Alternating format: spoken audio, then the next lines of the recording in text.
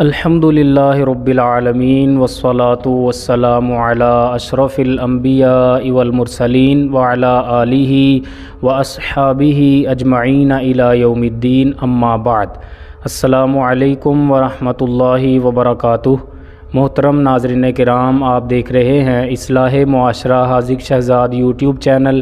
میں حاذق شہزاد ہوں۔ آج ہمارے ساتھ ایک دفعہ پھر ڈاکٹر فیاض احمد صاحب حفظہ اللہ تعالی موجود ہیں۔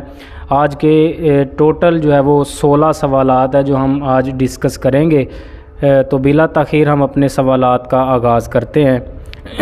بسم اللہ الرحمن الرحیم۔ السلام علیکم ورحمۃ اللہ۔ وعلیکم السلام ورحمۃ اللہ وبرکاتہ۔ کیسے ہیں آپ؟ ٹھیک؟ الحمدللہ، اللہ کی بڑی رحمت۔ ایک پہلا سوال ہے، جب اقامت ہو رہی ہوتی ہے تو تب امام کو مقتدیوں کی طرف منہ کر کے کھڑا ہونا چاہیے یا قبلہ کی طرف؟ اس بارے میں تو کچھ واضح نہیں ملتا کہ اقامت ہو رہی ہو تو قبلہ کی طرف امام رخ کرے یا مقتدیوں کی طرف کرے، بلکہ یہ ضرور ملتا ہے روایتوں میں کہ کئی دفعہ ایسے ہوتا تھا کہ اقامت ہو رہی ہوتی اور نبی کریم صلی اللہ علیہ وسلم آ رہے ہوتے تھے، یعنی آپ کے آتے جب آپ مقتدیوں کو آپ وہ امام جو ہے تکبیر کہنے والا دیکھتا کہ نبی کریم صلی اللہ علیہ وسلم تشریف لا رہے ہیں، وہ اٹھ کے تکبیر کہنی شروع کر دیتا۔ اور کچھ روایتوں میں ملتا ہے کہ آپ صفیں درست فرمانے کی طرف اس وقت توجہ دیا کرتے، تو اس لیے اس میں کوئی یہ مسنون والا معاملہ نہیں ملتا کہ آپ نے لازمی طور پر مقتدیوں کی طرف ہی کھڑے ہونا ہے یا لازمی طور پر قبلہ کی طرف ہی رخ کر کے کھڑے ہونا، آپ کسی بھی پوزیشن میں کھڑے ہو سکتے ہیں۔ بہرحال اس وقت جو مسنون طریقہ وہ ہے صفوں کی درستگی، اس کی طرف امام جو ہے وہ توجہ کرے، ادھر تکبیر ہو رہی ہو، ادھر امام صاحب جو ہیں وہ صفیں جو ہیں وہ درست کروا رہے ہوں، یہ مسنون طریقہ ہے، اس کی طرف توجہ۔ اس میں ویسے یہ اشارہ اگر ہم لینا چاہیں تو لے سکتے ہیں، جس طرح حدیث میں آتا ہے کہ آپ یعنی کہ دیکھتے تھے کہ کس کا سینہ آگے ہے پیچھے ہے، تو آپ اس کو کئی دفعہ وہ آتا ہے نا سینہ آگے تھا تو آپ نے ایسے برابر کیا، تو اس سے یہ اشارہ ہم لے سکتے ہیں کہ زیادہ بہتر ہے کہ جب تک نماز کھڑی نہیں ہوتی تو امام مقتدیوں کی طرف اگر دھیان کی طرف ان کی صفوں کی درستگی کی طرف یعنی توجہ دے، ادھر توجہ کرے کہ کون آگے کھڑا ہے کون پیچھے کھڑا ہے، اس اعتبار سے ان کی صفوں کی درستگی جو ہے وہ کروائی جائے۔ تو اس حوالے سے دیکھیں گے تو ظاہر ہے امام کا رخ جو ہے مقتدیوں کی طرف ہوگا تو ظاہر ہے وہ صفوں کی درستگی جو ہے وہ کروا سکے گا، دیکھے گا کون آگے کھڑا ہے کون پیچھے کھڑا ہے، تو یہ زیادہ بہتر شکل ہے۔ ٹھیک شیخ، دوسرا سوال ہے، شادی کے موقع پر جہاں دیگر کئی ایک رسومات ہوتی ہیں، مثلا تیل، مہندی، رسم حنا وغیرہ، اس کی جگہ کچھ لوگ بعض اوقات محفل، درس قرآن وغیرہ رکھ لیتے ہیں، کیا اس میں شرعی طور پہ کوئی حرج تو نہیں؟ جی، یہاں پہ ہم نے یہی چیز دیکھنی ہے کہ نبی کریم صلی اللہ علیہ وسلم کا طریقہ کار کیا ہے۔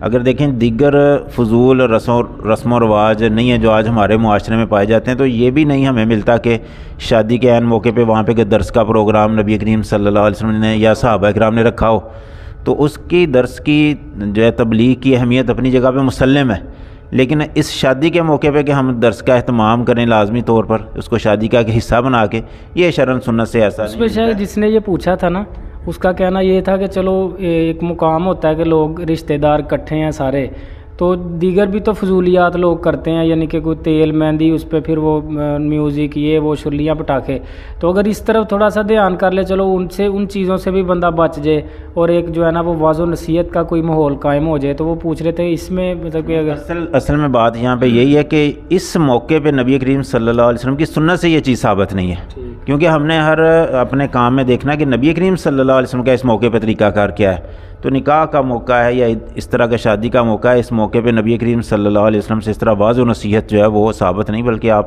نکاح کے موقع پہ دعا جو اس کو دیا کرتے، جو دلہا صاحب ہوتے ہیں ان کو دعا وغیرہ آپ دیتے، وہ الفاظ ضرور حدیثوں میں ملتے ہیں، لیکن یہ درس و تدریس کی اس موقع پہ سنت سے کوئی مثال جو ہے وہ نہیں ملتی، اس لیے بہتر یہی ہے کہ جو ہے نا وہ بس اوائڈ کیا جائے، سادگی کے ساتھ کیا جائے۔ جہاں پہ دیکھیں سنت سے ہمیں چیز نہیں ملتی، ہم اپنی طور پہ وہاں پہ انسرٹ نہ کریں یہ چیزیں جو مسنون ہی نہیں ہے کہ ہم بظاہر اچھا کام ہی سمجھ کے کر رہے ہیں، لیکن یہاں پہ ہمیں کیونکہ یہ نکاح کا معاملہ سنت معاملہ ہے نا، دینی معاملہ ہے، ایک دنیاوی معاملے ہیں چلے وہاں پہ تو بندہ اپنی مرضی کر لیتا، لیکن دین کے معاملوں میں ہم نے نبی کریم صلی اللہ علیہ وسلم کے ہی حکم کو، آپ کی سنت کو ہی فالو کرنا ہے۔ تو نکاح کے موقع پہ یہ سنت سے کیونکہ ثابت نہیں ہے، اس سے میں تو یہی کہوں گا کہ ہمیں اوائڈ کرنا چاہیے۔ ناظرین، اصل میں ہم بعض اوقات جو ہے نا اپنے ذہن کے مطابق سوچتے ہیں، یہ اپنی جگہ پر ایک سوچ بجا ہے کہ لوگ اکٹھے ہیں، رشتہ دار اکٹھے ہیں، تو وہاں پر جو ہے نا وہ ہم چلو ایک واضح نصیحت کا ماحول قائم کر دیں، تو اس کے لیے ہم علیحدہ سے بھی کر سکتے ہیں۔ اگر ہم تھوڑی سی کوشش کریں کہ واضح نصیحت اگر درس قرآن کی ہماری نیت ہے تو وہ علیحدہ سے بھی کر سکتے ہیں۔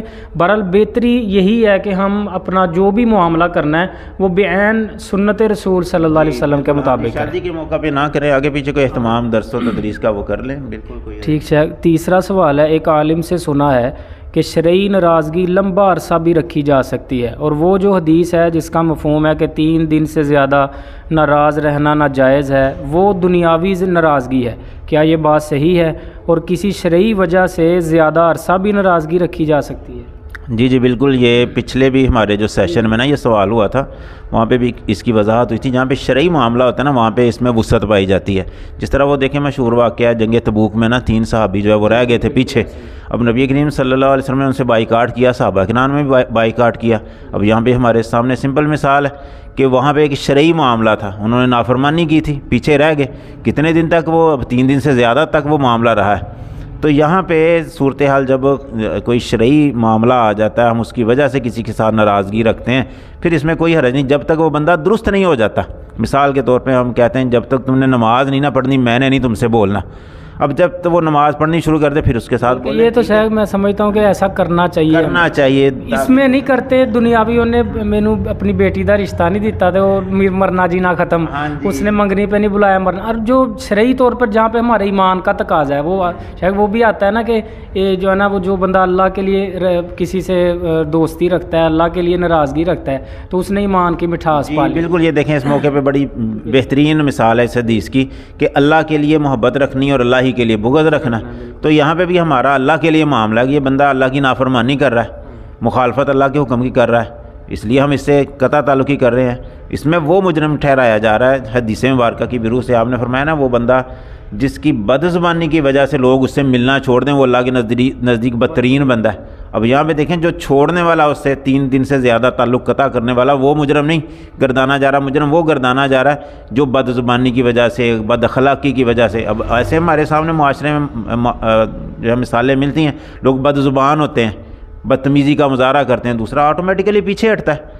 تو ایسے بندے کے ساتھ جب تک یہ اپنی زبان کو درست نہیں کرے گا، اپنے اخلاقیات کو درست نہیں کرے گا، ہم نہیں بھی اس سے بولیں گے، تو یہ بالکل جائز معاملہ ہے، کیونکہ یہ قرآن مجید میں بھی اللہ تعالیٰ نے یہ ایک فطرتی چیز بتائی ہوئی ہے۔ نبی کریم صلی اللہ علیہ وسلم کے ساتھ بھی نا فَبِمَا رَحْمَةٍ مِّنَ اللَّهِ لِنْتَ لَهُمْ وَلَوْ كُنْتَ فَظًّا غَلِيظَ الْقَلْبِ لَانفَضُّوا مِنْ حَوْلِكَ۔ اللہ فرماتے ہیں اللہ نبی صلی اللہ علیہ وسلم کے بارے میں کہ آپ اللہ کی رحمت کی وجہ سے نرم ہیں، اگر آپ بد مزاج بد زبان ہوتے نا تو لوگ آپ سے دور بھاگ جاتے۔ اب یہ فطرتی چیز ہے، جو بندہ بد زبانی کا مظاہرہ کرنے والا ہے اس سے لوگ دور بھاگتے ہیں، اس سے پیچھے ہٹتے ہیں، اس سے قطع تعلقی کرتے ہیں کہ یہ بندہ بدتمیز ہے، اس سے ہم پیچھے ہی ہٹیں۔ تو ایسی شکل میں ایک بندے سے اپنی عزت کا، اب آج کے درس میں بھی یہی چیز ہو رہی تھی نا، اپنے مال کی اپنی عزت کی حفاظت کرنا ہمارے اوپر لازم ہے۔ تو ایک بندے سے ہماری عزت محفوظ نہیں ہے، ہم اس کے ساتھ کیوں آگے بڑھ کے ملیں؟ ایک بندہ اخلاقی طور پہ درست ہو جاتا ہے پھر ٹھیک ہے، اس کے ساتھ ناراضگی ختم کر دیں، لیکن ایک بندہ مسلسل جب تک اپنے آپ کو درست ہی نہیں کر رہا تو ہماری بار بار سمجھانے پہ بھی نہیں، سمجھانے کے باوجود ایک بندہ جو ہے اللہ کی نافرمانی کھلم کھلا کر رہا ہے۔ شریعت ہمیں ایسی دعوتوں سے بھی پیچھے ہٹنے کا کہتی ہے کہ جہاں پہ اعلان اللہ کی اور اللہ کے رسول صلی اللہ علیہ وسلم کی نافرمانی ہو رہی، وہاں پہ تو دعوت بھی ایسی قبول نہ کرو، حالانکہ دعوت بھی قبول کرنا ہمارے اوپر لازم ہے، لیکن جہاں پہ اللہ کی نافرمانی کا کوئی بھی عنصر ہے دیکھیں وہاں پہ شریعت ہمیں کہتی ہے ٹھیک ہے آپ پیچھے ہٹ سکتے ہیں، کوئی حرج نہیں۔ یعنی کہ ناظرین یہ ضروری ہے ہمارے لیے، ہم اصل میں ہمارے لیے المیہ ہے کہ ہم دنیاوی معاملات میں فٹافٹ مرنا جینا ختم کر دیں گے، لیکن جہاں پر ہمارا ایمان کا تقاضا ہے اور اللہ رسول نے ہمیں ناراض رہنے کی تلقین کی ہے، کوئی بیٹا نماز نہیں پڑھتا، بھائی نماز نہیں پڑھتا، اور بار بار سمجھانے پر جو ہے وہ یا کوئی بھی اللہ رسول کی نافرمانی واضح اعلانیہ کرتا ہے تو اس کو سمجھانے پر بھی وہ باز نہیں آتا، تو وہاں پر ناراضگی اس سے رکھنا بھی، بھائی تم یہ کام نہیں چھوڑو گے تو ہم نہیں تم سے اس وقت تک بولیں گے، تو یہ تو ایمان کا تقاضا ہے، یہ ضروری ہے۔ شیخ چوتھا سوال ہے، کیا مسواک کر کے نماز پڑھنا زیادہ افضل ہے؟ جی بالکل، اگر روایتوں کو دیکھیں تو نماز کی اہمیت، مسواک کی اہمیت جو بہت زیادہ ہے، اور اگر ہم وہ ایک روایت تو مشہور ہے لیکن اس میں ذوف بہرحال پایا جاتا ہے کہ مسواک کر کے پڑھی جانے والی نماز جو 70 نمازوں سے افضل ہے، اس میں بہرحال ذوف پایا جاتا ہے. لیکن اگر ہم دیگر روایتیں دیکھیں نا، ان کے تحت اہمیت واضح ہوتی ہے کہ نبی کریم صلی اللہ علیہ وسلم نے فرمایا اگر میں اپنی امت کے اوپر مشقت نہ سمجھتا تو ہر نماز کے لیے مسواک کا حکم دیتا. اب یہاں پہ دیکھیں مسواک کو نماز کے ساتھ آپ نے اٹیچ کیا. کچھ روایتوں میں وضو کے ساتھ بھی ملتا ہے. تو جب ہم وضو کر یہ مسواک کر کے ہم نماز پڑھیں گے آٹومیٹیکلی وہ نماز زیادہ بہتر ہے ہماری مسواک کے بغیر. ویسے بھی دیکھیں جب ہمیں شریعت نے منع کیا کہ تمہارے منہ سے بدبو آ رہی ہو، بدبو والی چیز کھا کے مسجد میں نہ آؤ، اب اس کے برعکس ہم دانت صاف کر کے اچھے طریقے سے پھر مسجد میں آتے ہیں، یہ زیادہ افضل ہو گیا. اور حدیث میں بھی آتا ہے نا السواک مطہرۃ للفم مرضات للرب، کہ یہ مسواک جو ہے منہ کی طہارت کا بھی سبب ہے اور اللہ کی خوشی کا بھی سبب ہے. اللہ خوش ہوتا ہے. تو جب ہم اللہ کو خوش کر کے مسجد میں آ رہے ہیں مسواک کر کے کہ اللہ ہمارا خوش ہو رہا ہے، دانت بھی ہم نے صاف کیے، فرشتوں کو بھی ہم سے کوئی ٹینشن نہیں ہو رہی، فرشتے کیونکہ دور بھاگتے ہیں نا بدبو والی چیز سے، تمہارے منہ سے بدبو آ رہی ہے اس کی نسبت ہم مسواک کر کے مسجد میں آئیں گے، یہ زیادہ افضلیت ہے اس میں. ٹھیک شیخ، 5واں سوال ہے کتنی عمر کے بچے پر روزہ فرض ہو جاتا ہے؟ یہ جب بچہ بالغ ہو جاتا ہے نا اس وقت روزہ فرض ہوتا ہے، اور دیگر شرعی احکامات بھی بہرحال بلوغت کے بعد ہی جو ہیں وہ فرض ہوتے ہیں. تو روایتوں میں یہ ضرور ملتا ہے کہ نبی کریم صلی اللہ علیہ وسلم کے دور میں صحابہ کرام اپنے بچوں کو عادت ڈالنے کے لیے بلوغت سے پہلے بھی روزے رکھوا دیا کرتے تھے. تو عادت ڈالنے کے لیے ان کو روزے بلوغت سے پہلے رکھوائے جا سکتے ہیں، اس میں کوئی شرعاً حرج والی بات نہیں ہے، تاکہ بچہ آہستہ آہستہ ٹرینڈ ہو جائے. جس طرح نماز ہے، اب نماز کے بارے میں یہ ہے کہ 7 سال کا ہو جائے اس کو نماز سکھانی شروع کر دیں. ابھی 7 سال کی عمر میں اس کے اوپر فرض نہیں ہوتی ہے، لیکن اس کو نماز سکھانا شروع کر دیں. اسی طرح روزے بھی ابتدائی دنوں میں ہی جب بچہ بلوغت کے قریب جا رہا ہے ہم رکھوانے شروع کر دیتے ہیں. یہ احسن عمل ہے، بہترین ہے، صحابہ کرام سے یہ عمل ثابت ہے. لیکن جو فرض والا معاملہ ہے وہ بہرحال بلوغت کے بعد ہی ہے. اچھا، اس میں شاید اگر بچے کو ہم رکھواتے ہیں عادت ڈالنے کے لیے اور بچہ اگر روزہ توڑ لے تو ذرا گناہ گار بھی نہیں ظاہر ہے، کیونکہ جب تک دیکھیں بلوغت نہیں ہے نا اس کے اوپر، جب تک بچہ ہے وہ اس کا گناہ جو لکھا ہی نہیں جاتا. حدیث میں آتا ہے نا 3 بندے جو مرفوع القلم ہیں ان سے قلم اٹھائے گئے ہیں، ایک یہی بچہ ہے جب تک وہ بلوغت کو نہیں پہنچتا ہے. اب وہ کوئی کام غلط کر جاتا ہے ظاہر ہے اس کے اوپر وہ شرعی حد نافذ ہی نہیں ہوئی، یہ بلوغت کے بعد ہوتی ہیں. تو اگر وہ روزہ توڑ لیتا ہے اس میں کوئی مجرم نہیں بنتا ہے. ٹھیک شیخ، 6واں سوال ہے بعض لوگ یہاں سے عمرے کے ویزے پر سعودیہ جاتے ہیں اور وہاں جا کے عمرہ کر کے چوری چھپے کام کرنے لگ جاتے ہیں، کیا یہ عمل شرعاً درست ہے اور کیا ان کی یہ کمائی جائز و حلال ہوگی؟ نہیں، یہاں پہ بھی دیکھیں یہ غلط ہی ہے طور طریقہ. قرآن مجید میں اللہ تعالیٰ فرماتے ہیں نا یا ایھا الذین آمنوا اطیعوا اللہ واطیعوا الرسول واولی الامر منکم، اللہ کی بھی اطاعت کرو، اللہ کے رسول صلی اللہ علیہ وسلم کی بھی اطاعت کرو، اور جو تمہارے اوپر صاحب امر ہیں، حکمران ہیں، امیر ہیں، ان کی بھی اطاعت کرو. اب یہاں پہ ان کی اطاعت کے زیر تحت ہم نے عمرے کی ادائیگی کے بعد واپس آنا ہے، جو شرعی مسئلہ ہے. یہاں پہ بھی یہ نہیں کہ ہم گئے ہیں عمرے کے ویزے پہ اور وہاں پہ جا کے چوری چھپے کام شروع کر دیا. اب یہاں پہ ہم حکمرانوں کی مخالفت تو کر رہے ہیں، قرآن مجید میں اللہ کے حکم کی بھی مخالفت کر رہے ہیں، تو اس میں بھی ساری ہماری کمائی بھی مشکوک کھاتے میں چلی گئی کہ ہم غلط ایک اقدام کر رہے ہیں. حالانکہ کوئی غیر شرعی ان کا معاملہ نہیں ہے، انہوں نے ایک اصول و ضوابط کے تحت ایک معاملہ رکھا ہوا ہے کہ عمرے کے لیے آئے بندہ اس کے لیے یہ پیرامیٹرز ہیں، ویسے اپنے کام کے لیے اس کے لیے یہ پیرامیٹرز ہیں، الگ الگ انہوں نے نوعیتیں رکھی ہوئی ہیں. اب ہم یہاں پہ 2 نمبری کر کے عمرے کے بہانے جا کے وہاں پہ 2 سال گزار دیں تو یہ دیکھیں ان کی بھی نافرمانی اور اللہ کے حکم کی بھی نافرمانی ہے. تو یہ غلط ہے، ہمیں ان طریقوں سے بچنا چاہیے. ٹھیک شیخ، 7واں سوال ہے جو دجال کے فتنے سے امن میں آنے کی فضیلت ہے وہ سورۃ الکہف کی پہلی 10 آیتیں یاد کرنے پر ہے یا آخری 10 آیتیں؟ جی اس کے بارے میں دونوں قسم کی روایتیں ملتی ہیں. صحیح المسلم میں جو روایت ہے اور زیادہ تر روایتیں وہ ابتدائی 10 آیات کے متعلق ہیں، اور سلسلۃ الصحیحہ میں ایک روایت ملتی ہے وہ آخری 10 آیات کے متعلق ہے. بہرحال زیادہ تر جو ہے محدثین کرام کی رائے اس بارے میں یہ کہ جو صحیح المسلم کی روایت نا وہ زیادہ بہتر ہے، یعنی ابتدائی 10 آیتیں حفظ کرنے کے بارے میں اس میں زیادہ تاکید پائی جاتی ہے. بہرحال اگر بندہ ابتدائی بھی 10 کر لیتا ہے آخری بھی 10 کر لیتا ہے، دونوں روایتوں پہ عمل ہو جاتا ہے، دونوں ہی بہترین ہیں. کوشش کر کے پہلی بھی 10 کر لو، بعد والی بھی 10 کر لو. 8واں سوال ہے کیا جو شخص اللہ کے 99 نام یاد کر لے وہ پکا جنتی ہے چاہے اس کے عمل جیسے بھی ہوں؟ نہیں، یہاں پہ یہ تو نہیں کہا جا سکتا کہ بس صرف نام یاد کرنے سے پکا جنتی ہو گیا جو مرضی کرتا پھرے. نہیں، یہ تو سمجھ لیں کہ اس کا غلط فائدہ اٹھانے والی بات ہے. دیگر بھی ہم نے اعمال کرنے ہی کرنے، جس طرح وہ حدیث آپ کو یہاں پہ سمجھانے کے لیے کوٹ کرتا ہوں کہ آپ نے ایک صحابی کو کہا نا کہ لا الہ الا اللہ کہ جس بندے نے دل سے گواہی دے دی وہ کامیاب ہو گیا، جنتی ہو گیا. لیکن آپ نے فرمایا لوگوں کو نہ اس کی خبر دینا لوگ کہیں اسی پہ بھروسہ کر کے نہ بیٹھ جائیں اور عمل کرنا نہ چھوڑ دیں۔ اب یہاں پہ بھی ہم نے یہ نہیں کہ اس حدیث کو لے کے کہ حدیث بالکل صحیح ہے کہ جو بندہ اللہ کے یہ نام جو ہے وہ یاد کرتا ہے اللہ تعالیٰ اس کو جنت میں مقام عطا فرمائے گا، لیکن اس کا یہ مطلب نہیں کہ ہم نے دیگر عمل چھوڑ دینے، جو مرضی ہم کرتے پھریں، بس ایک صرف 100 نام یاد کر کے بس ہم فری ہو گئے باقی کاموں سے نہیں۔ اس کا مطلب یہ ہوتا ہے کہ جنت میں جانے کے لیے یہ ہمارے لیے راہیں ہیں، یہ چیز جو ہے اس کے پیچھے جنت، کئی دیکھیں آپ چیزیں اس معاملے میں شریعت میں ملتی ہیں ہمیں کہ یہ کام کرو گے تمہارے لیے جنت ہے، یہ کام کرو گے تو جنت ہے، وہاں پہ تاکید ہوتی ہے کہ یہ کام جنت میں جانے کا باعث بن رہا ہے۔ یہاں پہ یہ مطلب نہیں ہوتا کہ بس صرف یہ کام کر لو اور باقی سارے اکثر لوگ ایک ایک عمل پکڑ لیتے ہیں۔ میں نے میرا اپنا عزیز ہی ہے ایک، وہ جی میں کہتے تھے اپنا جی میں ماں کی بڑی اپنی خدمت کرتا ہوں، نہ نماز پڑھتے ہیں نہ روزہ نہ کچھ، تو جی نماز پڑھنے جاتے ہیں تو وہ دکھلاوا ہوتا ہے، ہم نے لوگوں کو دکھانے کے لیے تھوڑی عبادت کرنی ہے۔ میں اپنی ماں کی بڑی کوئی کہے گا جی میں یہ عمل کرتا ہوں، میں نبی سے محبت بڑی رکھتا ہوں تو یہی میرے لیے، یعنی ایک ایک عمل پکڑ لینا مکمل، جیسا کہ قرآن میں تو اللہ کہتے ہیں ادخلوا فی السلم کافہ، کہ اسلام میں اگر داخل ہونا ہے تو پھر پورا داخل ہونا ہے۔ تو یہ ایسی ناظرین بات نہیں ہوتی، جو فضیلتیں ہیں نا وہ ضرور ہمیں وہ اختیار کرنی چاہیے، مطلب یہ 99 نام یاد کرنے سے جنت کی بشارت ہے تو یاد کر لیے جائیں، لیکن یہ تکیہ نہیں کر کے بیٹھ جانا کہ بس یہ ایک ہی عمل میں 99 نام بس یاد ہو گئے میں جنتی ہو گیا ہوں، آپ جو مرضی کریں۔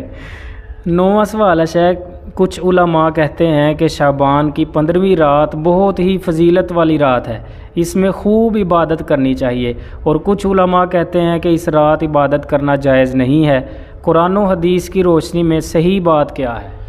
جی صحیح بات جو اس معاملے میں دیکھیں وہی ہے جو سنت سے ثابت ہے۔ اب جو صحیح احادیث سے یہ مسئلہ ثابت ہے نا، وہ یہی ہے کہ نبی کریم صلی اللہ علیہ وسلم اس مہینے میں کثرت سے روزے رکھتے تھے۔ اب شعبان میں اب مسئلہ ہمارے یہاں پہ کیا ہے کہ ہم جو خالص چیز ہمیں ملتی ہے نا اس کی طرف توجہ نہیں دیتے، راضی بھی نہیں ہوتے، راضی نہیں ہوتے، جو 2 نمبر چیز ہے اس پہ راضی ہوتے ہیں، یہ ہماری ایک عادت ڈیولپ ہو چکی ہوئی ہے۔ اب خالص چیز کیا ہے جو صحیح احادیث سے ثابت ہے، اس پورے مہینے میں کثرت سے روزے رکھے جائیں۔ اب اس طرف توجہ ہی کوئی نہیں کرتا، ہاں جی 15 شعبان جس کے بارے میں کوئی صحیح حدیث نہیں ہے، روایتیں ملتی ہیں ضرور اس بارے میں لیکن وہ ضعف سے خالی نہیں ہے، ضعیف روایتیں 15 شعبان کے بارے میں۔ اب ان ضعیف روایتوں کو لے کے ایک رات عبادت کر لینا اور ایک دن کا روزہ رکھ لینا، اور جو صحیح احادیث سے ثابت ہے کہ کثرت سے روزے رکھیں اس کی طرف توجہ نہیں۔ جو صحیح احادیث سے ثابت ہے کہ روزانہ ہی اللہ تعالیٰ آسمان دنیا پہ تشریف لاتے ہیں، روزانہ ہی عبادت کرو، وہ ادھر ہماری توجہ نہیں۔ یعنی جو خالص معاملے ہیں وہ یہی ہیں کہ پورا مہینہ کے پورا سال ہی ہم راتوں کو اٹھ کے عبادت کریں، اللہ تعالیٰ تو روزانہ ہی آتے ہیں۔ اس طرح شعبان کی رات نہیں جو لوگوں نے مشہور کر دیا، یہ بھی روایتیں ضعیف ہیں جس کا تعلق صرف شعبان کی رات کے ساتھ ہے کہ اللہ تعالیٰ آسمان دنیا پہ تشریف لاتے ہیں، یہ تو حدیث میں آتا ہے روزانہ ہی ہوتا ہے، جو صحیح حدیث میں ہے۔ تو روزانہ ہی ہم اٹھیں، روزانہ ہی اللہ جتنی ہمت دے توفیق دے ہم نوافل کا اہتمام کریں، مہینے میں ہم جس میں چاہیں، یہ ہر مہینے میں یہ مسنون روزے جو ہیں وہ سوموار کا، جمعرات کا، یا میں 20 کے روزے ہیں، 13 14 15 کے، یہ رکھیں ہم جو صحیح حدیث سے ثابت ہیں۔ لیکن جو صحیح حدیث سے ثابت ہی نہیں، صرف ایک 15 شعبان کا، اس کی طرف ہم توجہ دے رہے ہیں اور باقی جو صحیح چیز ہے اس کو چھوڑیں کہ خاص کرنا جو ہو چکا ہے یہ صحیح نہیں وہی نا کہ خاص صرف 15 شعبان کی رات عبادت اور خاص اگلے دن کا روزہ، یہ سنت سے ثابت نہیں۔ ٹھیک شیخ، 10واں سوال ہے، کیا نماز چھوڑنے والا کافر ہو جاتا ہے خواہ وہ زبان سے ایمان کا اظہار بھی کرتا ہو؟ جی اس بارے میں بڑی سخت روایتیں ملتی ہیں، اگر تھوڑا سا ہم توجہ کریں تو اگر ہم ڈائریکٹ اس کو کافر نہیں نہ کہہ سکتے، یہاں پہ بھی کچھ علماء کرام نے کہا کہ ڈائریکٹ اس کو کافر نہیں کہنا چاہیے، لیکن جو وعیدیں حدیثوں میں آتی ہیں وہ کفر کے قریب تک ضرور لے جاتی ہیں۔ نبی کریم صلی اللہ علیہ وسلم کا فرمان ہے من ترک الصلاۃ متعمدا فقد کفر، جس نے جان بوجھ کے نماز چھوڑی اس نے کفر ہی کیا۔ اب بظاہر وہ بندہ کلمے کا اقرار بھی کر رہا ہے، اللہ کو مانتا ہے، نبی کریم صلی اللہ علیہ وسلم کی رسالت کا بھی اقرار کرتا ہے، مانتا ہے، قرآن مجید کو بھی مانتا ہے، یہ قرآن مجید اللہ کی کتاب ہے، رسولوں کو بھی مانتا ہے۔ اب جب دیگر چیزوں کو مان رہا ہے ہم اس کو پکا کافر نہیں کہہ سکتے ان اعتبارات سے، لیکن جو اس کا یہ عمل ہے نماز کو چھوڑنے والا، یہ کفریہ عمل ہے، اس میں وہ کفر کے قریب تک ضرور وہ چلا جاتا ہے، تو اس لیے ہم اس کو ڈائریکٹ کافر تو نہیں کہہ سکیں گے کہ ہم جی وہ پکا کافر ہو گیا، یہ مسلمانوں کی لسٹ سے خارج ہے، لیکن جو وعیدیں حدیثوں میں آتی ہیں ان کے تحت محدثین کرام نے بڑے سخت کلمات ان لوگوں کے بارے میں کہیں کہ ان لوگوں کی تو نماز جنازہ بھی نہ پڑھائی جائے، ان کو تو مسلمانوں کے قبرستان میں بھی نہ دفن کیا جائے۔ یہ اتنا بڑا جرم ہے جو ہے نماز کہ یہ تو شاید ہر جو بے نمازی اس کو ڈرنا چاہیے فتویٰ ہم سے لینے کی بجائے کہ ہم کافر کہیں. تو بہرحال یہ جو روایتیں ہی اگر ہم ذہن میں رکھیں تو ایمان ویسے ہی بندہ اندر سے کانپ جاتا ہے. اگر ایمان ہے تو کفر نماز جو ہے وہ کفر اور اسلام کے درمیان، بندے اور کفر کے درمیان فرق ہے. اس طرح جیسے کہ آپ نے بتایا کہ جس نے جان بوجھ کے نماز چھوڑ دی اس نے کفر کیا. تو یہ ہر بندے کو چاہیے کہ وہ خود اللہ سے ڈرے اور جو ہے نا وہ اس طرح فتوے لینے کی بجائے وہ خود اپنے اندر خوف پیدا کرے اور جو کتنی سخت روایتیں اس بارے میں ملتی ہیں ان کی طرف دھیان رکھے. تو نماز جان بوجھ کر چھوڑنا یہ بالکل کفری عمل ہے. 11واں سوال ہے شیخ، کیا قضا نماز کی سنتیں وغیرہ بھی ادا کرنی چاہیے یا نہیں؟ جی قضا نماز کی اگر سنتیں ادا کر لیتے ہیں تو یہ بہتری کے زمرے میں ضرور آتا ہے، لیکن یہ لازمی کے زمرے میں نہیں ہے، فرض کے زمرے میں یہ چیز نہیں آتی ہے، کیونکہ یہ نوافل کی کیٹیگری آتی ہے. نبی کریم صلی اللہ علیہ وسلم سنت مؤکدہ آپ کی چھوٹ بھی جاتی پڑھ لیا کرتے تھے. جس طرح وہ بخاری شریف میں حدیث ملتی ہے ظہر کی آپ کی بعد کی جو 2 سنتیں ہیں وہ رہ گئی تھیں، تو نبی کریم صلی اللہ علیہ وسلم نے عصر کے بعد جا کے گھر میں وہ 2 پڑھیں. تو ان کے تحت ہم پڑھ سکتے ہیں، لیکن کیونکہ یہ فرض نہیں ہے اس لیے اس کو لازم نہیں ہم قرار دے سکتے. نہیں جی اگر آپ کی نماز قضا ہوگی سنتیں بھی پڑھنی ہی پڑیں گی. آپ تراویاں نہیں پڑھیاں تو روزہ ہی نہیں ہونا. ہاں جی تو یہ فرض کے معاملے میں نہیں ہے، بہتری کے زمرے میں ضرور ہے کہ آپ کی سنت نماز رہے گی آپ اس کے فرض بھی پڑھ لیں سنتیں بھی پڑھ لیں. اس طرح فرض کی قضائی دیتے ہیں، دے سکتے ہیں سنتوں کی بھی، لیکن اگر کوئی کہتا کہ صرف فرضی میں قضائی تو بالکل اگر فرض خالی پڑھ لیتا وہ کلیئر ہو جاتا اس کا معاملہ. ٹھیک شیخ. 12واں سوال ہے، کیا مسجد میں بیٹھنے سے پہلے 2 رکعت نماز ادا کرنا ضروری ہے؟ جی نبی کریم صلی اللہ علیہ وسلم کا یہ فرمان ہے، آپ نے فرمایا جب تم مسجد میں آؤ تو اس وقت تک مت بیٹھو جب تک 2 رکعتیں نہ پڑھ لو.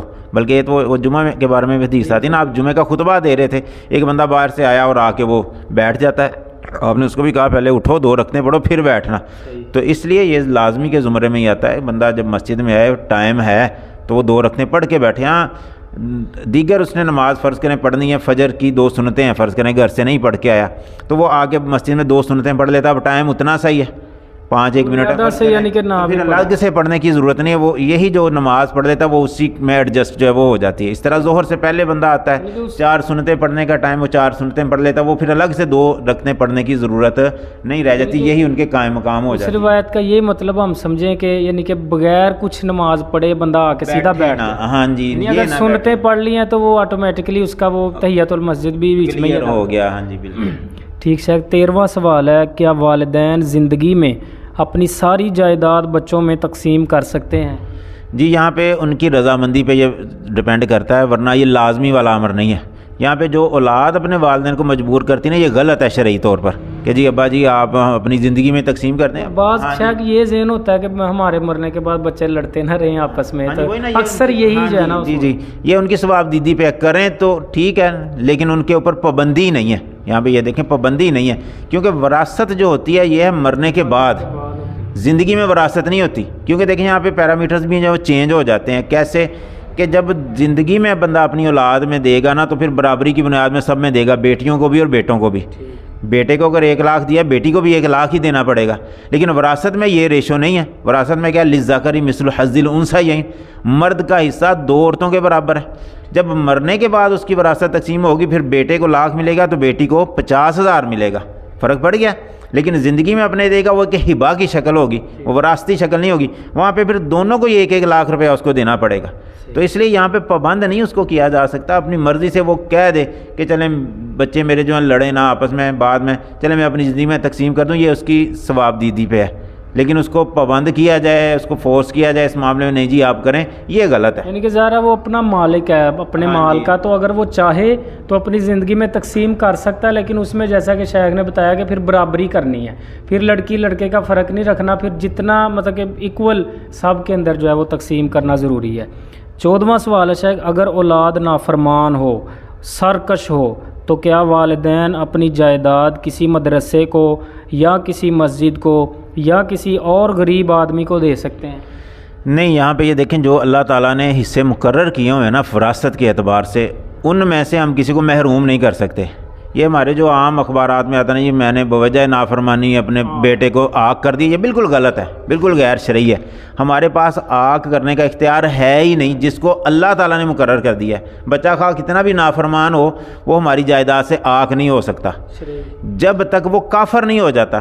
کافر جو ہے وہ ہماری وراثت سے نکل جاتا ہے، اس کا معاملہ ختم ہو جاتا ہے۔ یا دوسری ایک شک حدیث میں آتی ہے کہ جو قتل کرنے والا وہ اپنے جس کو وہ اس نے قتل کیا اس کی وراثت سے محروم ہو جاتا ہے۔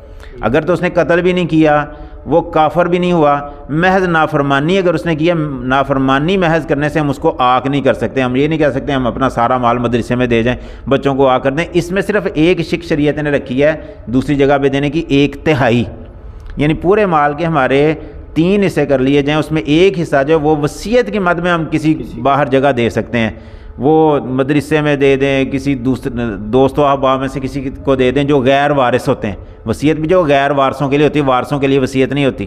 جو وراثت میں حصے جن کے مقرر ہیں ان کے لیے وصیت نہیں۔ ان کے اولاد پہ اگر بہت غصہ ہو تو وہ 1/3 دے کے اپنا غصہ ٹھنڈا کر سکتا ہے۔ ہاں جی، بس 1/3 باہر دے سکتا ہے کہ 1/3 میں وصیت کی مد میں دے جاؤں جی کہ میں یہ میرا مدرسے کو دے دو، ورنہ باقی جو 1/3 کے بعد جو 2/3 بچیں گی وہ اولاد کا ہی حق ہوگا۔ وہ اس میں یہ اگر کرے گا تو مجرم ٹھہرے گا اللہ کے نزدیک، وہ سارا مال نہیں دے سکتا۔ سعد رضی اللہ تعالیٰ عنہ کی مشہور حدیث ہے نا کہ انہوں نے یہی اپنی بیٹی کے بارے میں کہا، میری ایک بیٹی ہے تو میں 2/3 مال جو ہیں وہ اللہ کے راستے میں دے دوں۔ آپ نے فرمایا نہیں، زیادہ بیٹی کے لیے چھوڑ کے جاؤ۔ پھر انہوں نے کہا کہ میں آدھا، آپ نے فرمایا نہیں اس سے بھی زیادہ، پھر 1/3 تک بات ہوئی۔ پھر آپ نے فرمایا ہاں لیکن اس سے بھی زیادہ اگر بیٹی کے لیے چھوڑ جاؤ تو یہ بہتر ہے کہ تمہارے لواحقین جو ہیں وہ بجائے اس کے کہ دوسروں کے آگے ہاتھ پھیلاتے پھریں تم ان کو دے کے جاؤ۔ تو اس حدیث مبارکہ کے تحت صرف 1/3 کی گنجائش ضرور ہے، ہم ادھر ادھر دے سکتے ہیں، مدرسے میں دے سکتے ہیں، لیکن یہ نہیں کہ بچے نافرمان ہیں کہیں سارا مال مدرسے میں دے جاؤں گا، یہ غلط ہے شرعی طور۔ ٹھیک ہے، یعنی ناظرین یہ غلط سوچ ہے ہمارے معاشرے میں۔ اگر اولاد نافرمان ہے تو ظاہر ہے وہ گناہ گار اپنی جگہ پہ ہے، وہ اپنا سزا پائیں گی آخرت میں اگر وہ والدین کو تنگ کرتی ہیں، اذیت دیتی ہیں، لیکن ہمارا یہ حق نہیں ہے کہ ہم جو ہے نا والدین کی محض نافرمانی کی وجہ سے انہیں اپنی جو ہے نا وہ جائیداد سے محروم کریں۔ 15واں سوال ہے، کیا سفر کی حالت میں وطر پڑھیں گے یا ان کی بھی رخصت ہے؟ جی پڑھ لیے جائیں، یہ زیادہ بہتر ہے، کیونکہ ایک فجر کی سنتیں نبی کریم صلی اللہ علیہ وسلم سفر میں بھی ادا کیا کرتے تھے، اور دوسرا وطر یہ نبی کریم صلی اللہ علیہ وسلم سفر میں بھی ادا کیا کرتے تھے۔ اس لیے باقی نمازوں کی جو سنتیں ہیں، مثلا ظہر کی جو ابتدائی سنتیں یا بعد کی سنتیں ہیں، مغرب کی سنتیں ہیں، عشاء کی سنتیں ہیں، ان کو چھوڑ دیں، ٹھیک ہے کوئی مسئلہ نہیں، وہ ہماری نماز مکمل ہے۔ لیکن فجر کی سنتیں اور وطر جو ہیں یہ نبی کریم صلی اللہ علیہ وسلم سفر میں بھی ادا کیا کرتے تھے، اس لیے یہ لازمی طور پر ہم ادا کر لیں، ایک فجر کی سنتیں اور ایک وطر جو ہیں۔ باقی نمازوں کی سنتیں وہ نہیں، باقی صرف 2 رکھتے ہیں ہم نے نماز کی، ظہر، عصر، عشاء۔ فجر کی تو آلریڈی 2 ہی ہوتی ہیں، اور مغرب کے 3 فرض ہیں، وہ سفر میں بھی 3 فرض ہیں۔ ٹھیک شیخ، آخری اور 16واں سوال ہے، کیا 1-2 صفوں کا فاصلہ چھوڑ کر نمازی کے آگے سے گزر سکتے ہیں؟ یہاں پہ دیکھیں کوئی شرعی طور پر نا حد نہیں مقرر، کتنے فاصلے سے آگے گزر سکتے ہیں۔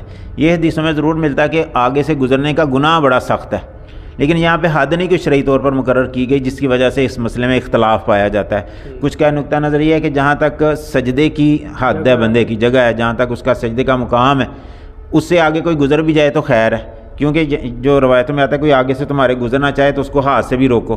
اب ہاتھ کا ہمارا فاصلہ یہاں تک ہی تقریباً جہاں تک ہمارا اس سے آگے کوئی گزر جائے ٹھیک ہے، کوئی مسئلہ نہیں۔ تو کچھ نے اس کو اس مد میں لیا کہ ایک صف سے آگے کوئی اگر گزر جاتا ہے اس سے ہماری نماز میں کوئی فرق نہیں پڑتا، اور کچھ نے دوسری طرف لیا اس کو جنرل مطلق لیا، کیونکہ حدیث میں کوئی حد بندی نہیں کہ گزرنا ہی نہیں چاہیے، خواہ کتنی مرضی آگے سے گزرے، اس کو کھڑے ہی رہنے میں بہتری ہے۔ تو دونوں قسم کی دونوں طرف زیادہ بہتر ہم یہ کہہ سکتے ہیں کہ یعنی کہ حدیث کو اگر مطلق نظر سے دیکھا جائے کہ آپ نے تو مطلق فرمایا نا کہ نمازی کے آگے سے گزرنا، اگر نمازی کو گزرنے والے کو پتہ چل جائے کہ کتنا گناہ ہے تو وہ 40 دن، مہینے یا سال وہ کھڑا رہنا جو ہے نا وہ پسند کر لے بجائے گزرنے کے۔ اور اسی طرح جیسے کہ آپ نے مطلق فرما دیا کہ آگے سے گزرنا گناہ ہے، اور آپ نے یہ بھی نہیں کہا کہ اتنی فٹ مدت ہے یا اتنی جو ہے وہ آپ نے کوئی تعین کیا ہو، تو مطلق ہم یہ لے سکتے ہیں کہ یہی بہتر ہے کہ جو ہے نا وہ نہ ہی، چاہے 2 صفحے ہیں یا 1 ہے یا 3 صفحے ہیں، تو بہتر یہی ہے کہ نہ ہی آگے سے۔ ہاں جی، احتیاط کا تقاضا بہرحال اس کو کہا جا سکتا ہے۔ باقی کچھ علماء کرام جو ہیں ان کی رائے یہ بھی ہے کہ ایک صف کے آگے سے اگر گزر جاتا ہے نا یہ بہترین موقف ہے، کیونکہ حد بندی نہیں ہے، اور اس کا معاملہ بھی جو ایک صف سے آگے کا ہی ہے، جو اس کے ہاتھ سے آگے یا اس کے سجدے سے آگے ہے، تو تو آگے سے کوئی گزر جائے گا. اس میں ویسے ایک اور اگر احتیاط کر لی جائے کہ جو ہے نا سترے کا اہتمام کریں. ہاں جی یہ تو سب سے اس میں اس طرف ہم دھیان نہیں کرتے, جو میرا اختلاف رہتا ہی نہیں. جب آپ سترہ آگے رکھ لیتے پھر جو مرضی آگے سے گزرتا رہے. تو سترے کا اہتمام کیا جائے, کوئی ستون ہے اس کے قریب ہو کے پڑھ لے, جیسا کہ صحابہ کرام کا طریقہ تھا کہ وہ اکیلے جب پڑھتے تھے تو ستونوں کی طرف, دیواروں کی طرف. تو کوئی کرسی, کوئی ستون, کوئی دیوار آگے رکھ کے یا کوئی سترے کا اہتمام کر لیا جائے تو اختلاف والی نوعیت رہتی نہیں ہے. باقی اگر اس طرح کا کوئی معاملہ ہو تو اس میں بہتر یہی ہے کہ آگے سے جو ہے وہ ہم گزرنے سے احتیاط کر لیں. تو اللہ ٹھیک. یہ ناظرین 16 سوالات تھے آج کے جو ہم نے ڈسکس کیے. اللہ رب العزت ہماری آج کی اس نشست کو ہمارے لیے اور آپ سب ناظرین اور سامعین کے لیے ذریعہ نجات بنائے, فائدہ مند بنائے. اسی کے ساتھ ہمیں اجازت دیجیے, دیکھتے رہیے ہمارا یوٹیوب چینل اصلاح معاشرہ حاذق شہزاد. السلام علیکم ورحمۃ اللہ وبرکاتہ.